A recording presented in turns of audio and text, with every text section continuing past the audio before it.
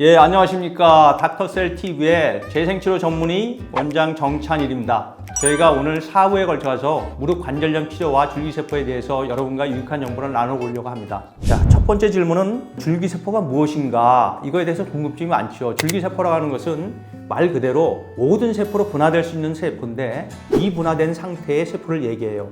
자기 스스로를 복제할 수 있는 능력이 있는 것이고 스스로 다른 세포를 찾아갈 수 있는 호밍 이펙트라고 하는 병변을 찾아갈 수 있는 능력이 있는 거고요.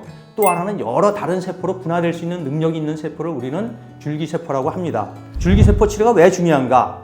기존 치료는 낫지 않기 때문입니다. 예전에 그 기존적인 치료는 마이너스 치료다, 뺄셈의 치료다 이렇게 말씀드릴 수 있고 줄기세포 치료는 뭔가 근본 원인을 찾아가는 더하기 치료다, 덧셈의 치료다 이렇게 말씀드릴게요. 그럼 줄기세포는 어디서 얻을 수 있겠는가? 우리 몸 어디서든지 얻을 수가 있어요. 가장 흔한 것은 과거에 있던 동종 제대혈이라고 하는 제대혈에서 얻는 그런 방법이 있고 본인의 골수에서 얻는 방법이 있습니다. 또는 지방에서도 얻고요. 자기 혈액에서도 소량이지만 얻을 수 있겠습니다. 현재 줄기세포는 어떤 질병 치료에 사용할 수 있을까? 지금 작년 7월 달에 무릎 관절염에 대한 신의료 기술이 인정이 됐죠. 퇴행성 관절뿐만 아니고 퇴행성 뇌질환이라고 하는 치매라든가 파킨슨, 루게릭병에도 쓸 수 있고 통풍이라든가 이런 자가면역 질환에도 쓸 수 있고요. 건선 같은 난치성 피부 질환에도 쓸 수 있습니다. 물론 폐가 나빠졌다든가 간이 나빠졌다든가 심장이 나빠졌다 이런 장기 부전 환자한테도 쓸 수 있고요. 우리 주부님들 좋아하시는 피부 역시 보톡스 대신에 쓸 수 있습니다. 자, 그러면은 궁금하실 거예요. 그럼 배아줄기세포는 뭐고 성체줄기세포는 무엇이냐? 배아줄기세포는 배아 초기에 얻어지는 세포로 보통 배반초 8주까지의 세포에서 얻는 건데요. 이것은 모든 세포, 한 210가지 정도의 세포로 분화될 수 있는 세포를 배아줄기세포라고 합니다. 성체줄기세포는 성체에서 얻어지는 세포인데 이것이 특정한 조건에서 특정 세포로만 분화가 되게 되겠습니다. 예를 들어서 간세포라든가 또는 피부세포 이런 특정 세포로만 분화될 수 있는 능력을 가진 세포를 성체줄기세포다 이렇게 말씀드릴 수 있습니다.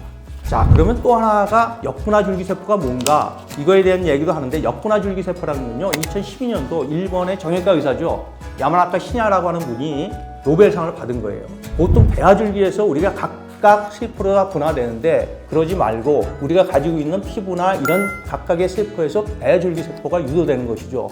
만능성을 가진 그런 유전자, 인자를 리트로바이러스라고 하는데 삽입을 시켜서 우리가 파이브로블라스트라고 하는 섬유아세포한테 이식을 해서 배양을 시키면 만능성을 가진 유도 줄기세포가 만들어지게 됩니다. 근데 이것은 암이라든가 돌연변이의 위험성이 있어요. 그래서 우리가 임상에서 쓸 수는 없고요. 그렇지만은 얼마 전에 본 건데 유도 만능 줄기세포를 이용해서 파킨슨 병에 쓸 수 있는 좋은 페이퍼가 나온 것 같아요. 앞으로 굉장히 연구가 돼야 될 분야라고 생각합니다. 자, 그럼 줄기세포는 이 정도로 하고요. 우리가 관심 있는 무릎 관절염에 대해서 치료에 그럼 어떻게 적용할 수 있는가? 무릎 관절염의 정의부터 알아봐야죠. 연골이 닳는 거를 보통 관절염이라고 해요. 근데 꼭 연골만 닳는 게 문제일까요? 그렇지 않습니다. 연골보다는 주변에 있는 구조물들, 근육이라거나 인자 같은 이런 거에 2차적인 변화, 증상을 나타나는 게 훨씬 더 많고요. 그래서 무릎 관절염에는 다양한 치료법들이 존재하는 것도 사실입니다. 무릎의 해부학, 특징 어떤 게 있을까요? 무릎 관절은 굉장히 불안한 관절입니다. 불안정 관절이에요. 고관절과 족관절 사이에 굉장히 불안한 관절이고 연골 심만으로는 유지하기가 힘든 관절이거든요. 그래서 주변의 근육이라든가 심줄의 도움을 많이 받아야 돼요. 자, 그럼 무릎 관절은 왜 생길까? 무릎은 연골이 파괴되는 것과 생성되는 것과의 그 밸런스거든요. 이 밸런스가 깨지게 되면은 결국은 무릎이 이제 고장이 나고 통증이라든가 물도 차게 되고 이런 변화, 근육의 약화 이런 변화들이 나타나게 되는 거죠. 그러면 왜 관절염에 통증이 생기는 걸까요? 연골 때문일까요? 무릎 연골에는 말단 신경이 와 있지 않습니다. 통증을 느낄 수 없어요. 그러면 무엇이 문제가 될까요? 가장 흔한 것이 활액막에 염증이 생기는 거예요. 대표적인 질환이 류마티스 관절염이거든요. 뿐만 아니고 인대에 손상이 있다든가 또는 근육이 경축이 오는 겁니다. 또 관절 연골판이 깨지는 그런 것 때문에 관절에 통증이 오는 것이지 실제 연골이 닳아가지고 오는 건 아니에요.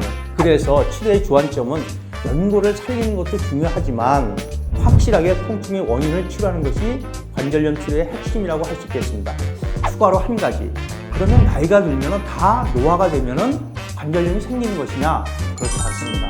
단순한 노화는 말 그대로 우리가 스웨터 같은 거 있잖아요. 니트 같은 거 입으면은 오래 입으면 보풀하기 같이 일어납니다. 즉 연골이 닳는 거예요. 그것이 노화 상태입니다.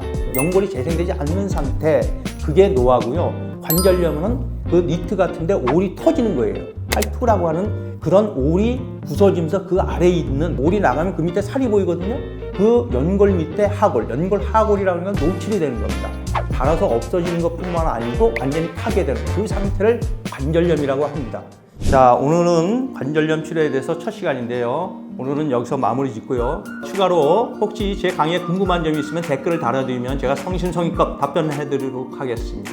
지금까지 닥터셀TV의 재생의학 전문의 정찬일 원장이었습니다. 다음 시간에 만나 뵙도록 하겠습니다. 고맙습니다.